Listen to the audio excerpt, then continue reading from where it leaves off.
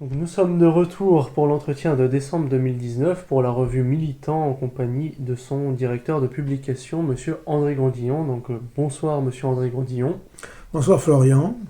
Bonsoir Jean. Bonsoir Monsieur Grandillon. Bonsoir Jean. Bonsoir Florian. Et cette fois-ci, le sujet sera sur Macron en tant que fossoyeur d'élite. Donc on reprend un peu votre article d'éditorial, mais même vos deux articles du mois de septembre 2019 dans cette même revue. Et donc qu'est-ce que vous pouvez nous dire d'Emmanuel Macron, en sachant qu'il est aujourd'hui à peu près à la moitié de son mandat?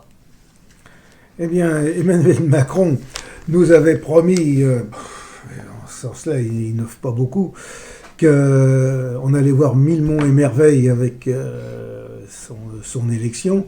En fait, il vérifie une fois de plus la règle politique de la Ve République, c'est que le successeur d'un président est toujours plus mauvais que son prédécesseur. Voilà, nous avons eu Pompidou pire que De Gaulle, Giscard pire que Pompidou, Mitterrand pire que Giscard, Chirac pire que Mitterrand, Sarkozy pire que Chirac et Hollande pire que Sarkozy, et maintenant Macron pire que Hollande. Alors effectivement, Macron apparaît comme un personnage plus sérieux, moins caricatural que Hollande. Mais sa politique est encore beaucoup plus désastreuse. D'une double façon, c'est tout simplement parce que la situation de la France se dégrade de plus en plus, et qu'en plus, ce personnage a une vision plus internationaliste, plus apatride que nationaliste et patriotique.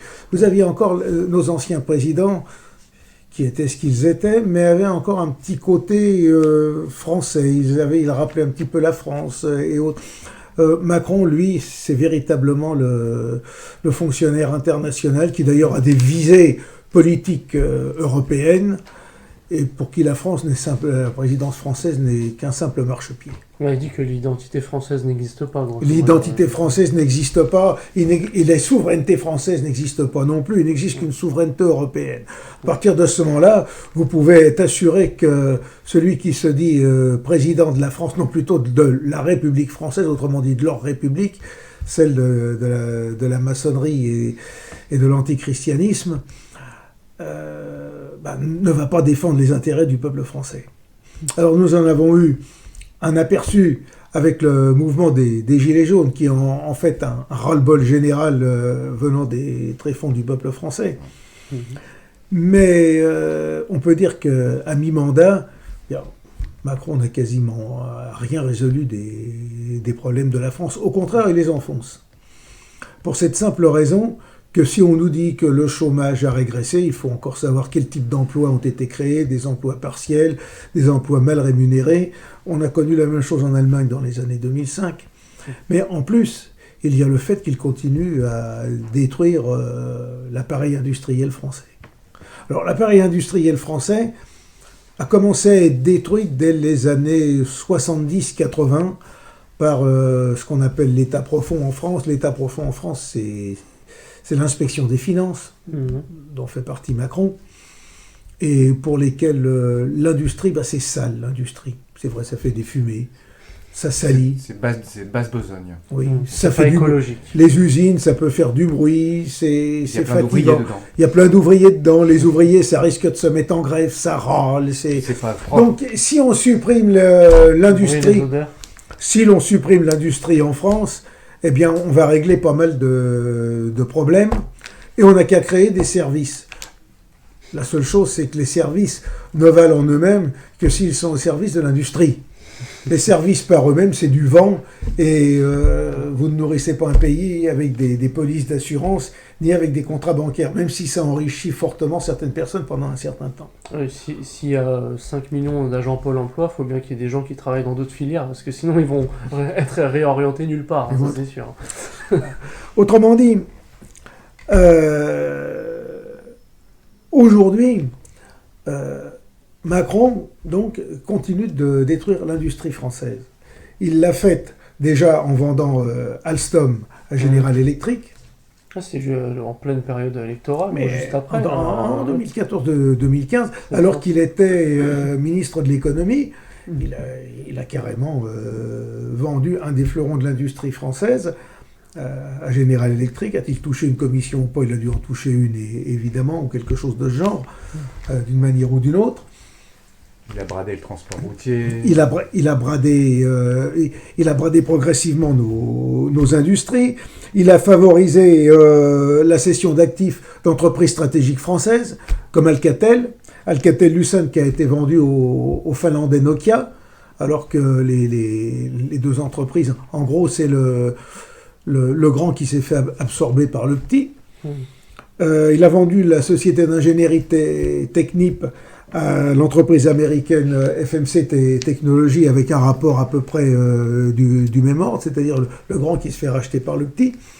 Et progressivement, on détruit comme ça l'appareil industriel français. Alors, ça a commencé, il faut bien rendre cette justice à Macron, il n'a pas été le premier à le commencer. Ça a commencé notamment avec Péchinet à la fin des années 90, quand on a vendu Péchinet, qui était à l'époque une des valeurs boursières françaises parmi les meilleures. On l'a vendu à un Australien. Puis après, l'Australien l'a découpé en morceaux. Ça a été vendu à d'autres sociétés. Et puis, progressivement, Péchinet a complètement disparu. Les laboratoires de recherche qui avaient des résultats qui ont été transférés à l'étranger. Enfin bref, on a tout détruit de cette manière-là. Notre aciérie, on n'en parle même plus, puisque l'aciérie française maintenant est dans les mains de Mittal. Enfin, ça, De Gaulle avait déjà commencé. Mais De Gaulle avait et ça avait commencé. Mais seulement, dans une suite, oui, le processus s'est accéléré. Son pédigré avant d'arriver. Oui. Et dernièrement, donc, alors, on avait les transports avec Alstom et le nucléaire avec Alstom, qui étaient des filières majeures de l'industrie française. Ça a été liquidé, en quelque sorte. Ça, c'était bien avant. Matra Technologies, oui. Ça a été liquidé. Et dernièrement, c'est pour ça que j'ai parlé de Macron fossoyeur d'élite, c'est qu'il trouve le moyen d'enterrer le projet nucléaire Astrid, c'est-à-dire qu'on appelle les réacteurs nucléaires de 4e génération, qui ont quand même un avantage énorme, c'est de réemployer tous les déchets de combustible nucléaire et donc de les faire quasiment disparaître dans ces nouvelles... dans ces nouvelles techniques, ces nouveaux réacteurs nucléaires de type Astrid.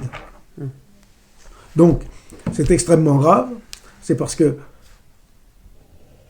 l'aspect, disons, le plus polluant de l'industrie nucléaire, c'est-à-dire les déchets radioactifs, étaient utilisés, ce qui permettait donc de réduire à quasiment peu de choses la pollution nucléaire. Et deuxièmement, il met en danger toute notre filière, toutes nos techniques de pointe, avec tout le savoir-faire français qui va avec. Car lorsqu'on détruit une filière industrielle en France, ce n'est pas uniquement une entreprise qui disparaît, c'est tout un savoir-faire qui, au bout de quelques années, aura disparu. Tout le savoir-faire français que nous avons aujourd'hui, ou que nous avons eu, c'est le résultat, c'est le fruit de l'ingéniosité, de la formation, du travail de plusieurs générations qui remontent même au temps des Carolingiens, où on avait les moulins hydrauliques. Tous ces systèmes accumulés avec le temps, ça nous avait amené à avoir l'excellence industrielle, technique française, avec un savoir-faire. Alors on nous dit les Allemands ont des précisions, mais l'industrie française était une des industries de pointe avec un savoir-faire du plus haut niveau qui soit. Aujourd'hui, en cassant toutes ces filières industrielles, eh bien, on est en train de détruire tout un patrimoine de savoir-faire, on est en train de casser tout le génie français. Or, pourtant, ce génie français, quoi qu'on en dise, il est encore bien vivant. Vous avez plein de jeunes générations qui inventent, qui créent des sociétés, mais seulement qui ne peuvent même pas les mettre en service en France, les créer en France ou les développer en France, à cause de l'administration tatillonne, de la fiscalité, de contrôle de ceci, de contrôle de cela. Enfin bref, c'est une machine à dégoûter les gens. Je considère que les jeunes Français qui inventent quelque chose et qui veulent les développer en France, ce sont eux de véritables héros. Donc, autrement dit, Macron, en en dernier, cette filière nucléaire, effectivement, se révèle un fossoyeur d'élite. Car il fait encore plus fort que les autres. Il achève de détruire, finalement, les meilleurs éléments de l'industrie française. Alors, on nous dit, il y a toujours une bonne raison pour dire qu'on arrête quelque chose, ça coûte trop cher.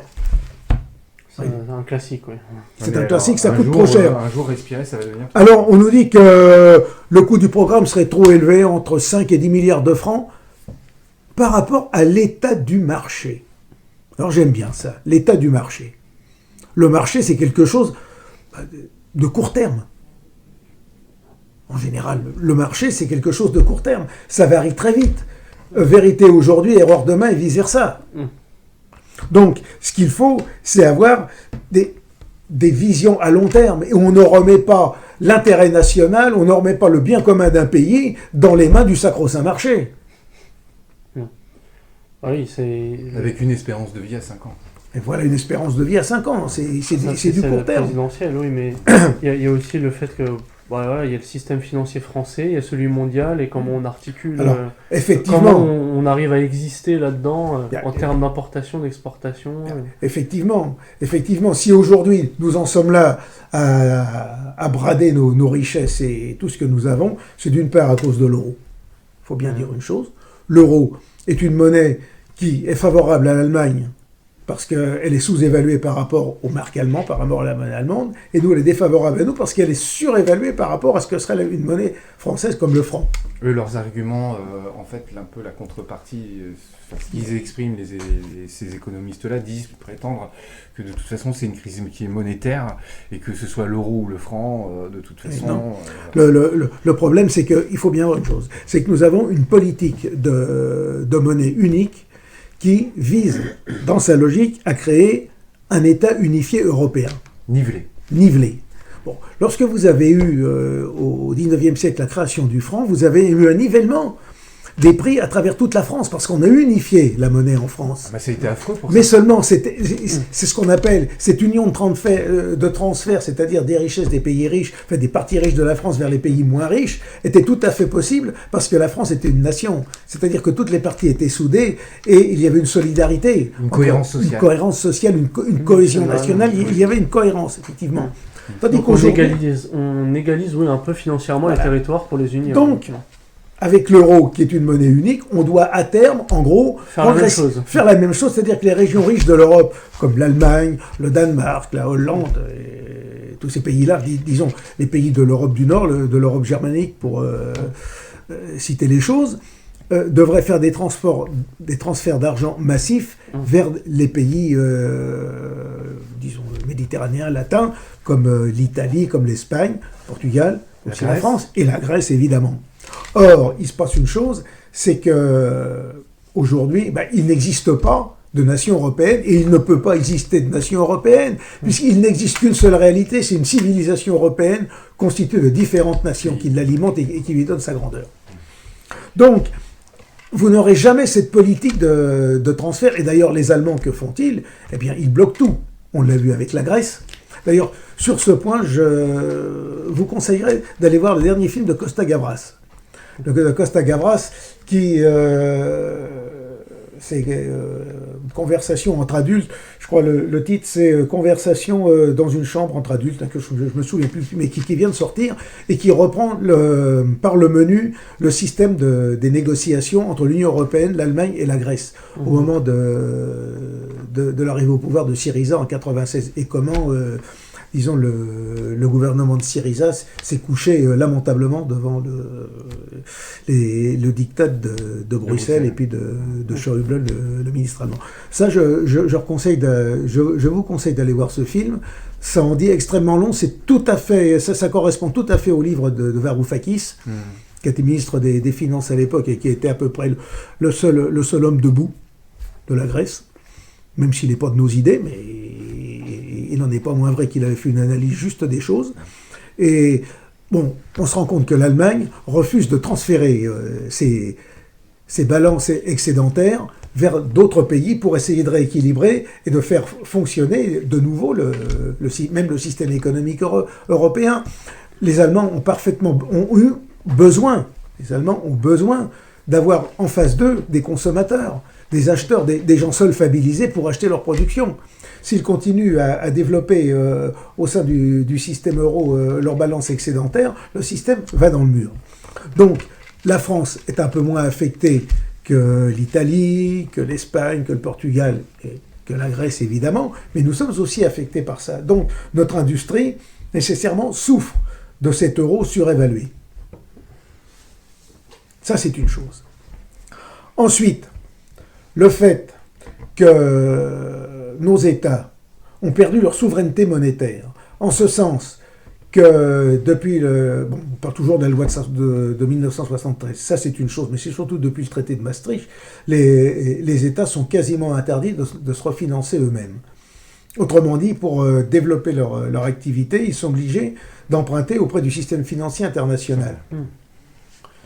Vous avez l'agence France Trésor d'ailleurs, qui passe son temps à jongler avec des émissions d'emprunt sur le marché au meilleur taux, au meilleur coût, pour financer la dette de la France et surtout pour rembourser les intérêts des emprunts. Aujourd'hui, ça il faut le rappeler, le service de la dette dans le budget de l'État, c'est presque 60 milliards d'euros, c'est le deuxième budget de l'État, le deuxième poste budgétaire de l'État.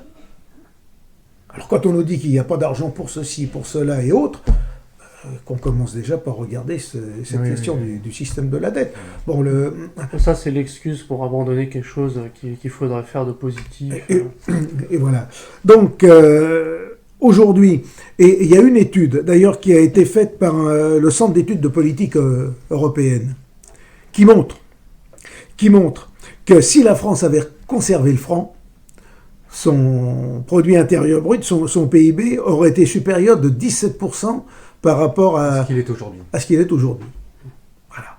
Et l'Allemagne, elle est la grande bénéficiaire de l'affaire. Bon. Et c'est un institut allemand qui dit ça. Voilà. Donc, effectivement, la France souffre de cette monnaie européenne et souffre ensuite, mais ça c'est plus général pour tous les ensembles des pays du monde, d'être soumis aux marchés internationaux, à la finance internationale, qui est tenue, comme on le sait, par un nombre restreint de personnes.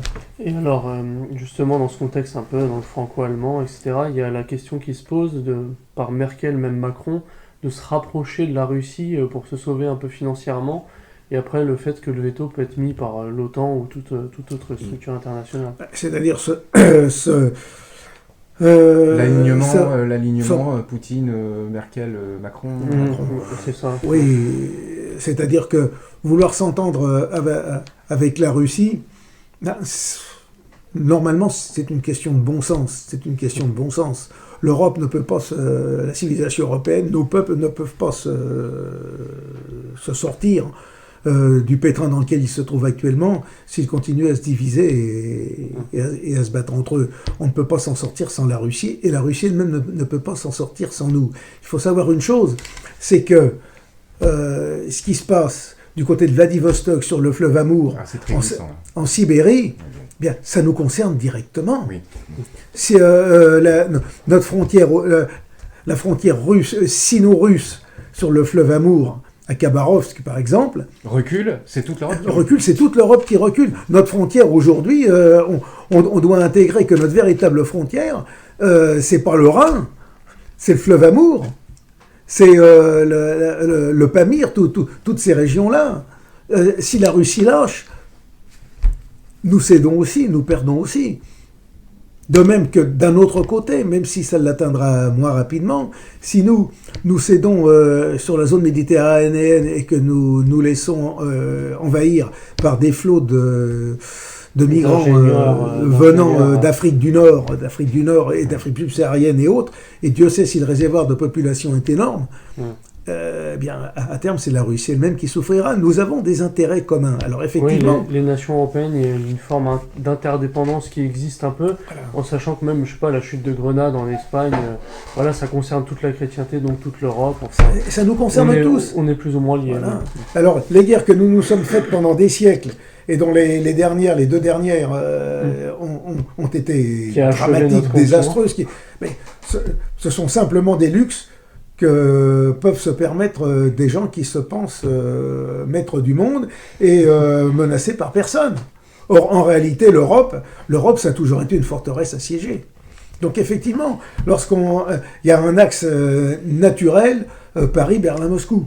Il y a un axe naturel. Alors, Merkel regarde effectivement du côté de la Russie, ne serait-ce que pour des questions économiques, parce que l'Europe centrale et puis la Russie peuvent être des marchés potentiels.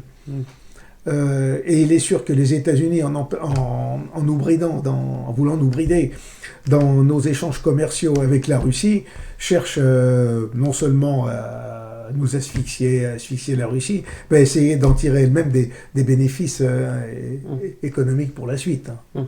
Voilà. Alors, mais par contre, que va-t-il se passer? On voit très bien que Macron tente une ouverture vers la Russie. Il dit que l'OTAN est en état de mort cérébrale. Effectivement, mais il ne suffit pas de faire des paroles, il faut faire des actes. Et aujourd'hui, les actes, ça passe par des accords commerciaux et économiques avec la Russie, ça passe par des échanges économiques, ça passe par, même à la limite, à terme, par des ententes industrielles et militaires. Ça passe par des ententes industrielles et militaires. Ça peut commencer par des paroles, des fois, mais c'est pas sûr qu'il passe à l'acte. Et d'ailleurs, on oublie là encore que l'affrontement, enfin disons l'opposition entre l'Union européenne, enfin disons l'Occident, l'OTAN, et la Russie, n'est pas venu du fait de la Russie elle-même, mais ça a été voulu, créé par l'OTAN, par les Occidentaux eux-mêmes, à partir des années 90, et puis ça s'est développé au début des années 2000.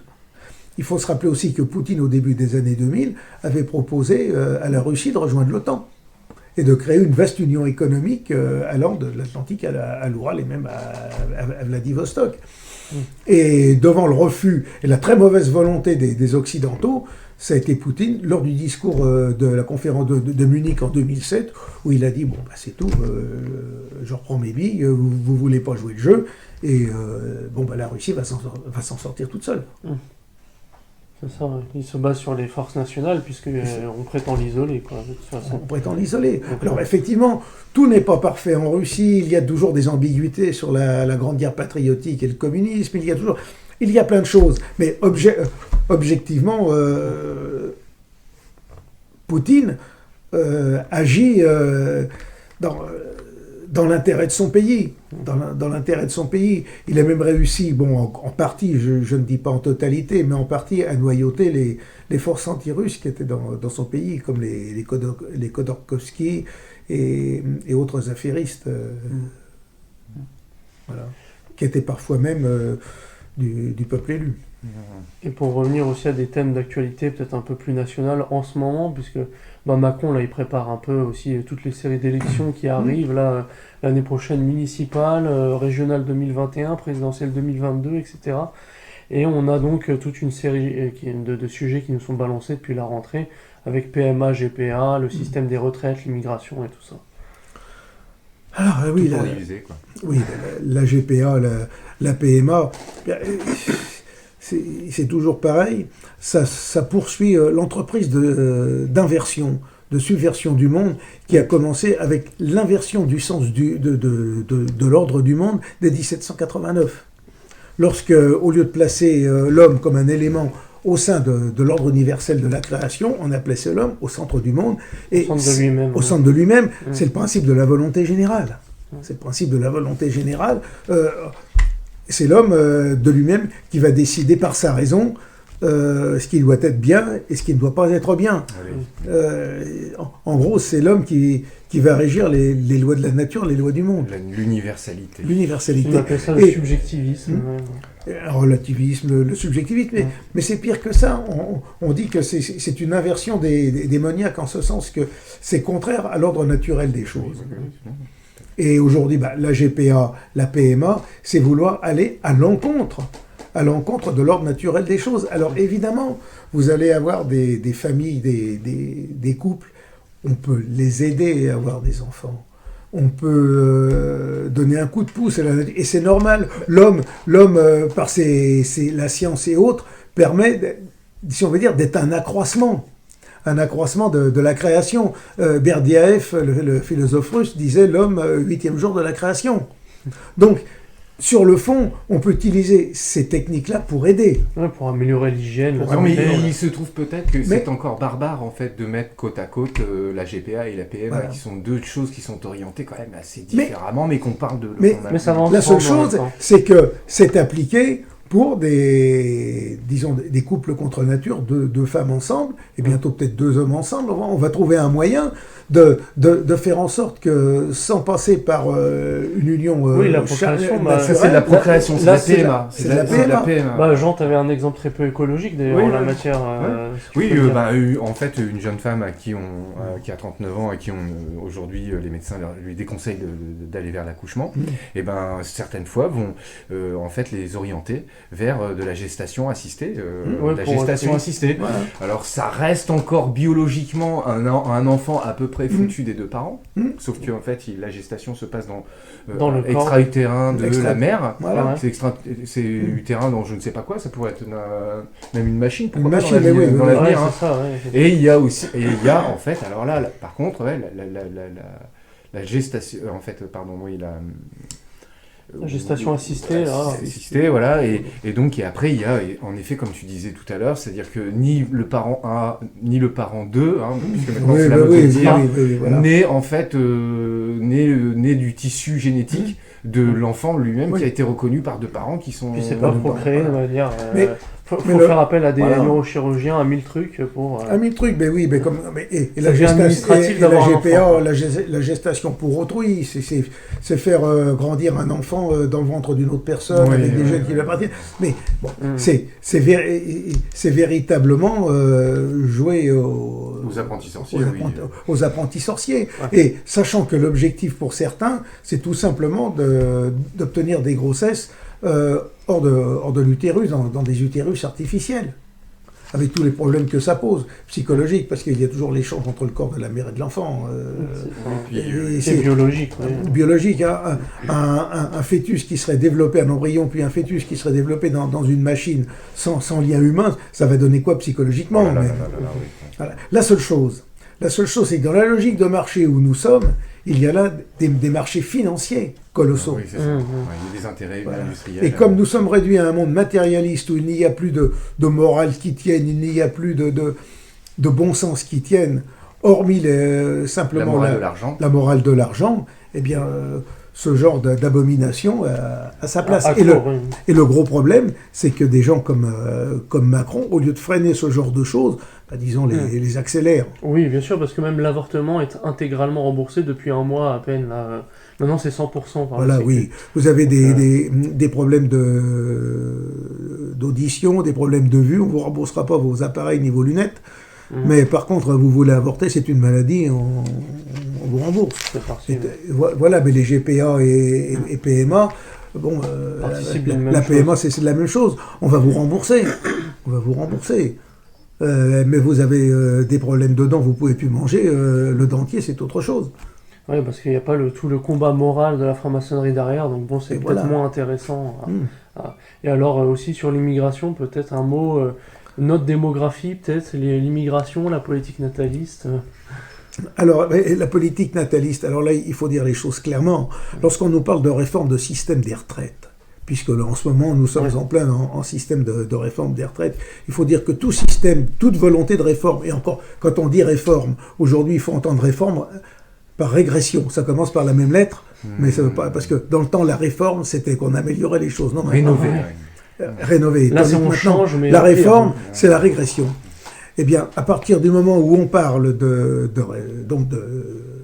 réforme des retraites, une telle chose est totalement illégitime et inconcevable aussi longtemps qu'on ne résoudra pas le problème de la natalité en France, on ne prendra pas une politique nataliste qui assurera le renouvellement des générations, puisque finalement, au fond, de quoi s'agit-il? Avant, on avait deux ou 3 actifs pour un retraité. Les 30 glorieuses, c'est limite 4 actifs pour un retraité. 4 actifs pour un retraité. C'était hallucinant. Et maintenant, on va être à 1,5 et peut-être bientôt à un actif pour un retraité et vice-versa. En comptant les problèmes d'immigration. Voilà, sans compter les problèmes d'immigration. Et donc, tout problème de réforme des retraites, disons de modification du système des retraites, ne peut être accepté que si on a une politique nataliste qui prévoit à l'avenir le renouvellement des générations et qui permette d'assurer véritablement l'économie du pays. Parce qu'avant, c'était uniquement la famille qui assumait les parents. Oui. Ce n'est valable aussi que si on a une politique économique, une politique industrielle, une politique de formation qui permet de développer la richesse nationale. Aujourd'hui, les politiques de réforme de retraite que nous avons, c'est tout simplement viser à terme un appauvrissement des gens. Alors effectivement, on peut discuter le système de retraite par points, par ceci, par cela. Bon, le système de retraite par points est peut-être beaucoup plus souple que l'autre système. Mais seulement, lorsqu'on veut s'attaquer aux différents régimes particuliers qu'il y a, il faut bien voir une chose, c'est que on monte les Français les uns contre les autres, on monte des travailleurs contre d'autres salariés, alors que finalement ces régimes spéciaux doivent peut-être être modifiés, être réformés, mais ceux qui les ont signés, qui sont dans ces régimes-là, eh bien les contrats doivent être honorés. Or aujourd'hui ce n'est plus le cas. Aujourd'hui on vous dit oui, pour ceux qui vont partir dans 5 ans on ne va pas toucher, mais les autres on va toucher. Et vous avez un ministre qui vous a dit mais on ne peut pas continuer à payer 10 milliards d'euros pour les régimes spéciaux. Eh bien qu'on commence à réduire le service de la dette, que l'on évite cette régionalisation qui nous coûte beaucoup plus cher que prévu. Dernièrement, il y a eu un rapport de la Cour des comptes qui a expliqué que la régionalisation à la sauce Hollande, qui devait soi-disant rationaliser l'administration. Avec l'agrandissement des régions, oui. L'agrandissement des régions a fait exploser les budgets de 4 à 5%. Ce dont j'avais parlé à l'époque en disant, vous verrez, ça va exploser.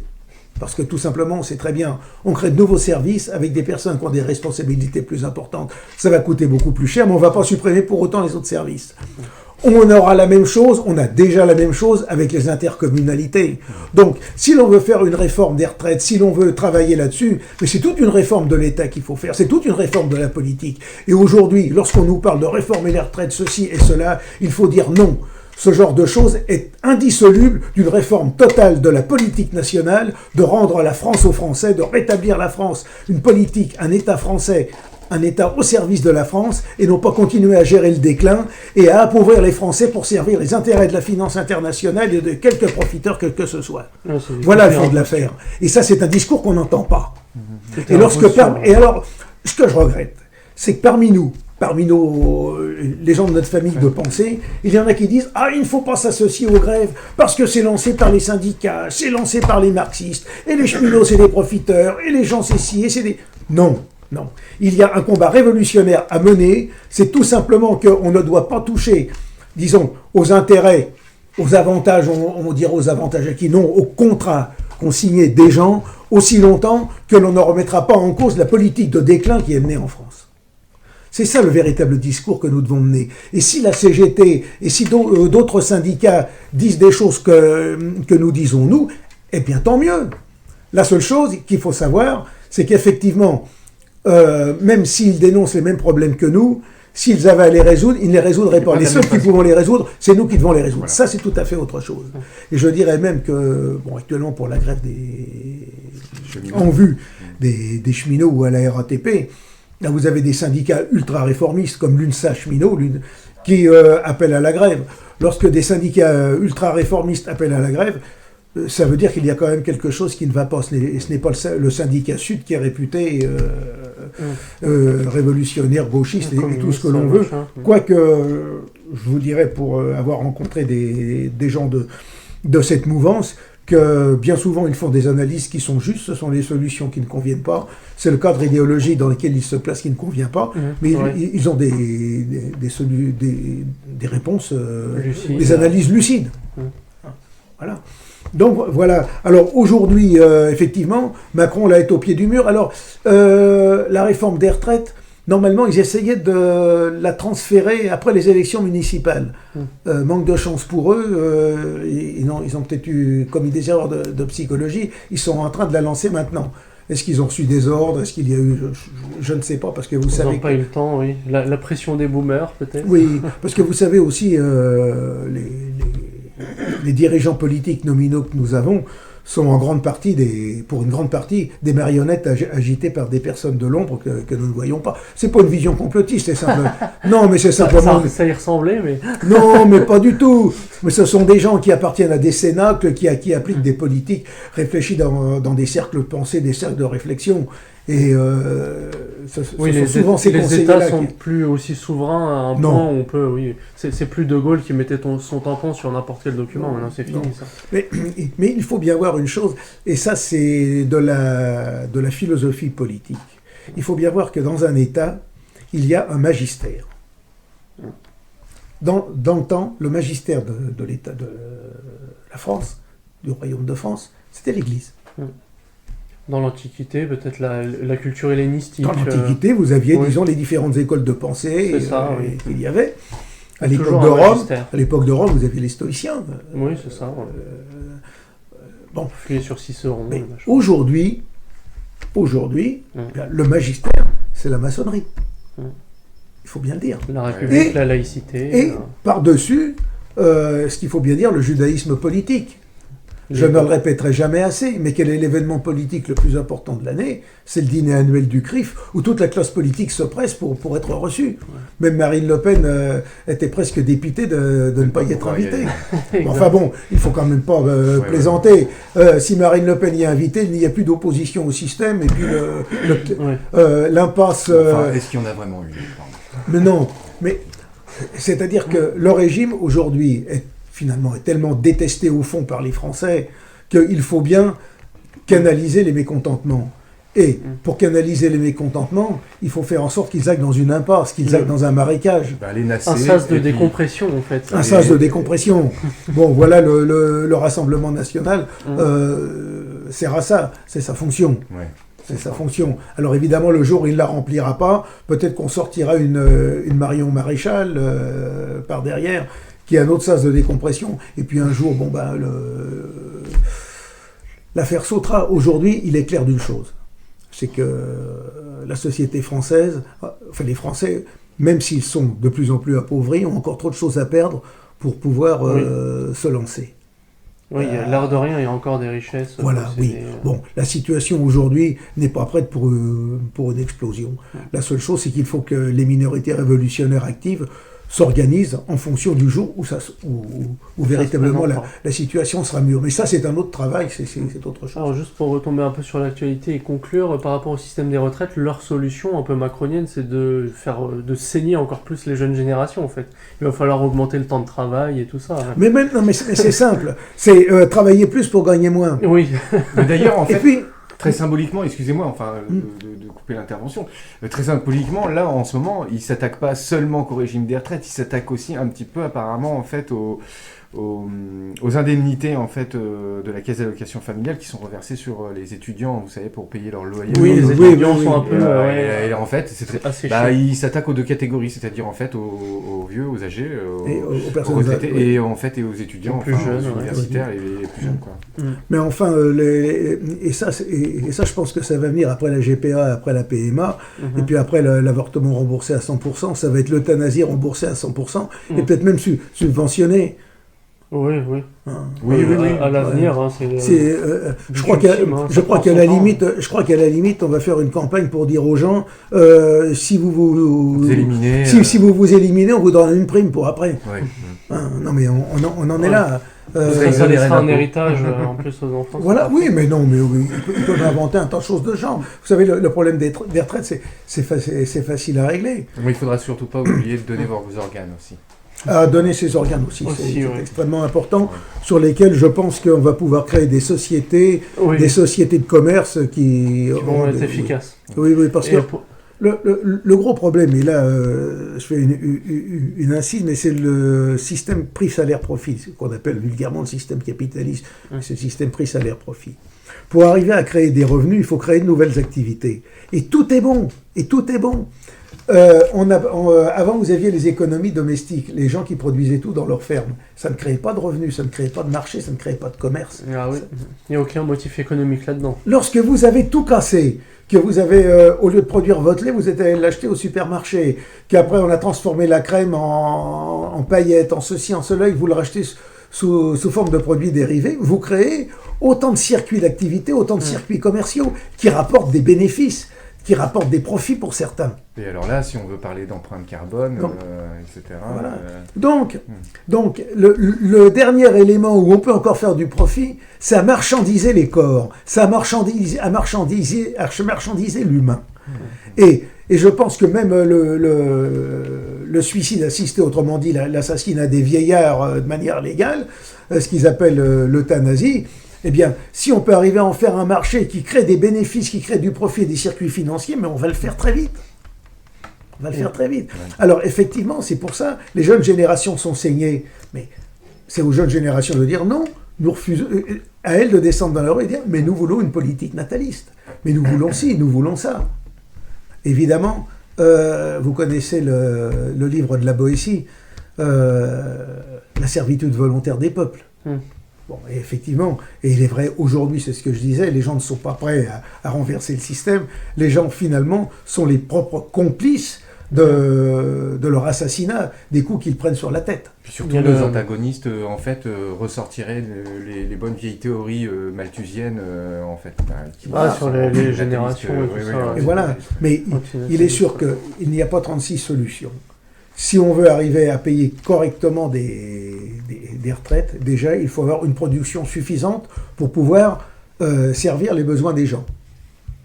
Ça devient de plus en plus difficile chez nous, puisqu'on produit de moins en moins. Ensuite, il faut avoir un renouvellement des générations qui permet d'assurer l'avenir, tout simplement. Ce qui n'est pas le cas aujourd'hui. Ou alors, si on assure le renouvellement des générations, c'est plutôt par le génocide ethnique des Français et leur remplacement par une invasion migratoire. C'est comme ça qui coûte cher aussi. Alors là, c'est qui bizarre coûte cher, parce que ça coûte cher, mais il continue là. Alors oui, d'après les différents rapports officieux qui ont pu avoir, mais ça tourne aux alentours de 60 milliards d'euros par an. Oui, il y en a qui limite disent c'est pas loin de 100 milliards. Il y en a qui disent c'est 100 milliards, vous voyez, non mais je veux pas pousser le bouchon trop loin, mais disons minimum 60 milliards, mais je peux vous dire qu'avec 60 milliards, on en fait des choses. On peut faire des choses. On peut faire pas mal de choses, c'est une logique comptable. Ensuite, ce qui importe pour créer des revenus dans un pays, en supposant qu'on produise suffisamment, c'est de créer des moyens de paiement sans inflation qui permettent de solvabiliser les populations. Alors vous avez deux manières. Vous avez le système du crédit social, qui a été proposé par le Major Douglas il y a plus de 60 ans, qui a été très bien défendu par une personne qui est décédée, qui a apporté beaucoup à l'économie, même s'il est peu connu, c'est Jean-Pierre Dutrieux, dont je salue la mémoire ici. Et ensuite, eh bien, tout simplement, si on voulait rester dans le cadre du système spéculatif dans lequel on est aujourd'hui, il suffit simplement d'utiliser des fonds spéculatifs d'État sur les circuits financiers internationaux pour créer les signes monétaires qu'on reverserait directement aux gens. Parce que quand vous regardez aujourd'hui, c'est pas l'argent qui manque, enfin les signes monétaires qui manquent. C'est tout simplement leur affectation à des besoins commerciaux, à des besoins utiles. Parce que vous avez c'est l'aiguillage financier. Parce que sur l'ensemble des signes monétaires existants dans le monde, vous n'en avez que 3 à 4% qui servent effectivement à l'économie réelle. Donc, si l'on veut vraiment, on peut y arriver. Si on ne le fait pas, c'est qu'on prend vraiment les gens pour des imbéciles, ou alors que ceux qui nous dirigent sont des incompétents. Ou suicidaires. Ou suicidaires, voilà. Mais non, mais il faut voir les choses clairement. Il faut dire les choses clairement aux Français. Et sur, par exemple, là aussi avec Macron, donc récemment, c'est de reconnaître la France comme ayant fait un crime contre l'humanité en Algérie, entre autres choses. Il y a tous les thèmes de colonisation, ça aussi c'est un discours récent. Alors ça, c'était le discours qu'avait tenu Macron au moment de sa campagne électorale. Aussi, déjà, il avait dit que... Chirac avait ouvert la voie. Hein. Oui, Chirac avait ouvert la voie. C'est avec le Veldiv, lui, surtout, d'abord. Oui. Oh non, mais il avait fait aussi son petit numéro sur la guerre d'Algérie. Oui, sur la guerre d'Algérie. Oui, sur la colonisation. Oui, 30-40 ans d'histoire, mais Macron en a rajouté une couche. C'est ça. On a rajouté une couche. Alors, effectivement, mais là... Normalement, en temps normal, ça relèverait de la haute trahison. Non, mais peut-être qu'ils ont, vous savez, peur d'un resserrement des peuples de Méditerranée qui, successivement, les Tunisiens, les Marocains qui sont pas dans une super bonne passe non plus, puis les Algériens en ce moment qui sont en train de... Ils ont peut-être peur d'un resserrement comme ça de peuples maghrébins. C'est-à-dire que la France continue de financer un peu administrativement l'Algérie. Oui, mais ils veulent pas perdre ces trucs-là. Hein, mais... le problème algérien est lié surtout au fait que la rente pétrolière est en train de diminuer de manière drastique. Et si la rente pétrolière disparaît et qu'il n'y a aucun financement alternatif qui intervient, ils vont retomber dans le 13e siècle. Ça pourrait faire comme le Venezuela. Là, effectivement, la situation va devenir incontrôlable et vous avez à peu près entre 6 et 10 millions d'Algériens qui sont candidats à l'exil. à l'exil. Oui, il y avait cette crise-là aussi, migratoire encore. Voilà. Bon, et d'ailleurs, ce qui est assez curieux, c'est qu'en Algérie, vous avez quand même de temps en temps des drapeaux français qui sont brandis. Il faudrait prévenir nos... Plus qu'en France même. Plus qu'en France même, oui. Il y a notre président... Enfin, il faudrait prévenir le peuple algérien qu'ici, on a un président de la République qui est en train de préparer leur accueil pour 2050 et ça va être très chaleureux. Et Macron, en plus, a travesti l'histoire. Lorsqu'il y a eu les manifestations du débarquement de Provence au mois d'août cette année, là, le 15 août, c'était le 75e, 85e, que je dis plus de bêtises, 40, enfin bref, un anniversaire donc du débarquement de Provence, il a magnifié le rôle des soldats africains, des Noirs, donc des Sénégalais, des Maghrébins, au détriment des Pieds Noirs. Or, le taux de mobilisation a été beaucoup plus élevé chez les Français d'Algérie que chez tous les autres. Ouais. Donc là, il y a aussi une volonté d'essayer en même temps de complaire à d'autres personnes. Et de foutre le bazar de l'autre. Je pense que ça marche un peu parce que les gens sont pas du tout cultivés de nos jours. Dans n'importe quel musée, même le musée de l'armée, il y a des statistiques de ce genre. Et on voit qu'il y a une participation pour la Seconde Guerre mondiale notamment, française, britannique, des fois dans certaines batailles qui concernent la France et même celles des Afro-Maghrébins. Et en fait, je veux dire, en termes de pourcentage, c'est rien du tout. Non, c'était qu'un apport. Rien du tout. C'est un apport supplémentaire. Le taux de mobilisation des Français d'Algérie était de 13%.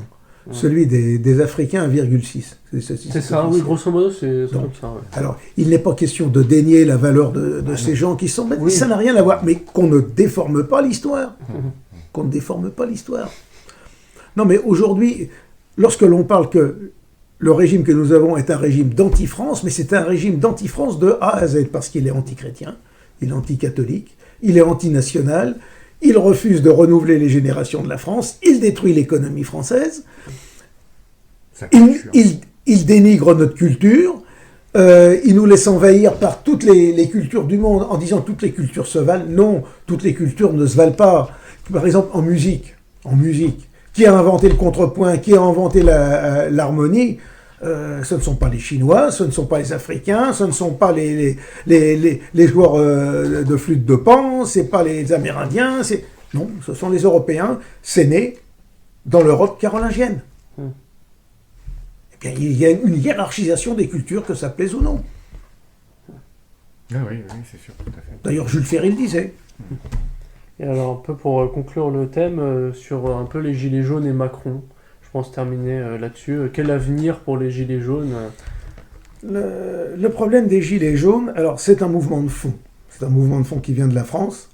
La seule chose, c'est que les Gilets jaunes, même s'ils expriment un malaise réel, même s'ils ont parfois des réflexions très justes, refusent de s'installer dans un cadre doctrinal politique, de s'organiser en force politique et surtout de refuser de s'afficher ce qu'ils sont, de véritables Français héritiers d'une civilisation.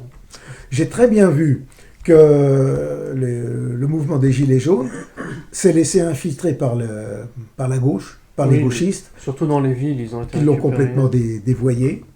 Vous avez ces gens-là qui refusent délibérément d'avoir une conscience politique, c'est une conscience de rejet du système, mais ils ne veulent rien proposer à la place. Ou alors c'est des représentations catégoriques. Ils ne connaissent pas le mode politique au sens noble. Ils connaissent pas Pour eux, c'est les élections. Ce sont les élections. Bien, en En gros, ce sont des gens qui disent la République est très bien, elle a été dévoyée par les gens que nous avons aujourd'hui, il faut simplement la rétablir dans son jus. Ils n'arrivent pas à remettre en question tout le... Ils n'arrivent pas à comprendre que c'est le système en lui-même qui est mauvais. C'est le système en lui-même qui est vicié et qui les conduit à leur propre ruine. Donc à partir de ce moment-là, le mouvement des Gilets jaunes ne peut aboutir à rien. Un étouffement. Un étouffement. Alors effectivement, lorsque vous discutez avec eux, et ça m'est arrivé plus d'une fois, surtout l'hiver dernier, l'hiver dernier, tout va très bien avec eux, sauf à partir du moment où vous leur dites que vous êtes nationaliste, ou vous leur parlez du nationalisme. Ils ont tellement été formatés, abrutis par le système médiatique ambiant, que même si par eux-mêmes ils disent on ne croit plus rien à la télévision, ils continuent à dire nationaliste égale fasciste, égale nazi, égale Hitler, et égale chambre à gaz, égale tout ce que vous voulez, donc on rejette. Et en ça, il ressemble à Macron. Et en ça, voilà. Donc, il y a tout un travail en ce domaine. Bon, mais vous savez, il arrive un moment, lorsque les gens sont dans une situation d'épithèle qu'ils n'ont plus aucune ressource, tout ce genre de blocage psychologique sera terminé. Ils commencent à se mettre à réfléchir. Donc, voilà. Mais on en revient à ce que je disais. Donc, aujourd'hui, la situation n'est pas mûre. Mais vous savez, le désespoir est sottise en politique, c'est pas moi qui l'ai dit, et les situations peuvent changer très très vite. Je l'ai répété maintes fois, en 58, 6 mois avant, on ne donnait pas cher de Gaulle, il avait 3% dans les sondages. En mai 58, il était au pouvoir. Je parle de Lénine, mais c'est emblématique de la situation. Au mois de février 17, il disait à des jeunes étudiants suisses, nous les vieux révolutionnaires, nous ne verrons pas la révolution du temps de notre génération. 6 mois plus tard, il était le maître de la Russie. Mais on pourrait multiplier les exemples à l'envi. Donc, le désespoir est sottise en politique. Nous devons, notre travail de nationaliste, c'est pas nous occuper. Aujourd'hui, si nous sommes vilipendés, si on pense du mal de nous, non, nous avons notre doctrine, nous nous formons, nous nous préparons, nous nous structurons, et nous avançons en vue de ce rendez-vous de l'histoire qui arrivera un jour ou l'autre. C'est ça notre travail. On n'a pas à avoir d'état d'âme ou quoi que ce soit, on a notre doctrine, on a nos analyses, on sait ce que l'on veut faire, et c'est celui qui aura la volonté, qui aura le coup d'œil au moment décisif qui l'emportera. Voilà, nous devons nous focaliser là-dessus.